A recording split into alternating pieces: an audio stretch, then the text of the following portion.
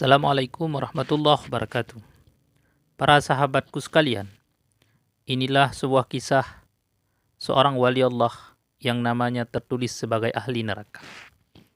Ada seorang sufi dari kalangan tokoh tasawuf yang bernama Syekh Abdul Qadir Al-Addabar. Beliau dalam kalangan tokoh tasawuf termasuk ulama kelas atas, wali min auliyaillah, ahli ibadah. Suatu ketika malaikat melihat namanya di lembaran kitab Lauhul Mahfuz, ada dalam deretan penghuni neraka.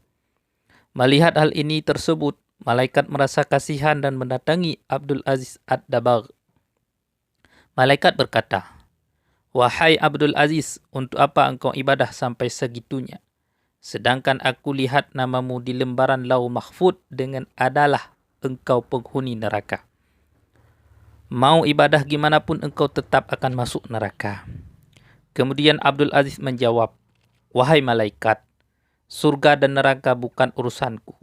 Aku diciptakan oleh Allah Subhanahu wa taala hanya untuk beribadah kepada Allah Subhanahu wa taala.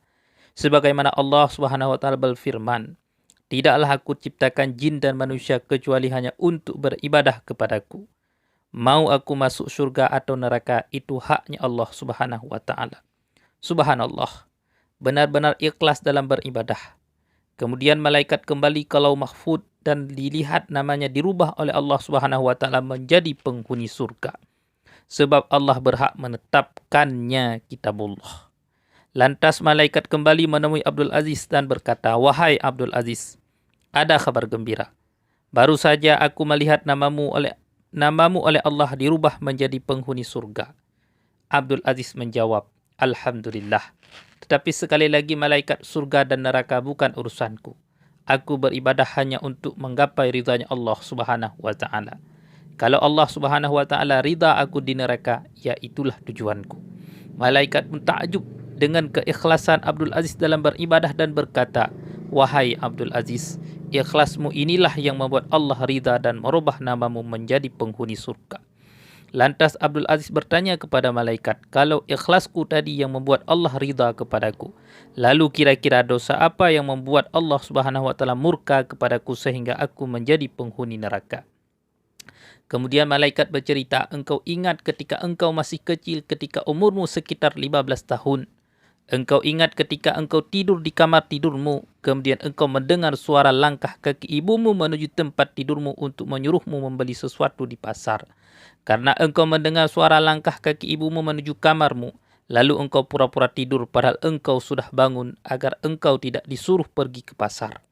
Ketika ibumu membuka pintu kamarmu dan melihatmu masih tidur, ibumu merasa kasihan dan tidak jadi menyuruhmu ke pasar. Sebab engkau bohongi ibumu, Allah Subhanahu wa taala murka dan menjadikan namamu sebagai penghuni neraka." Mendengar cerita dari malaikat, Abdul Aziz pun beristighfar mohon ampun kepada Allah Subhanahu wa taala. Semenjak kejadian tersebut, Abdul Aziz Ad-Dabar di sisa umurnya tidak pernah berceramah kecuali tentang berbakti kepada orang tua.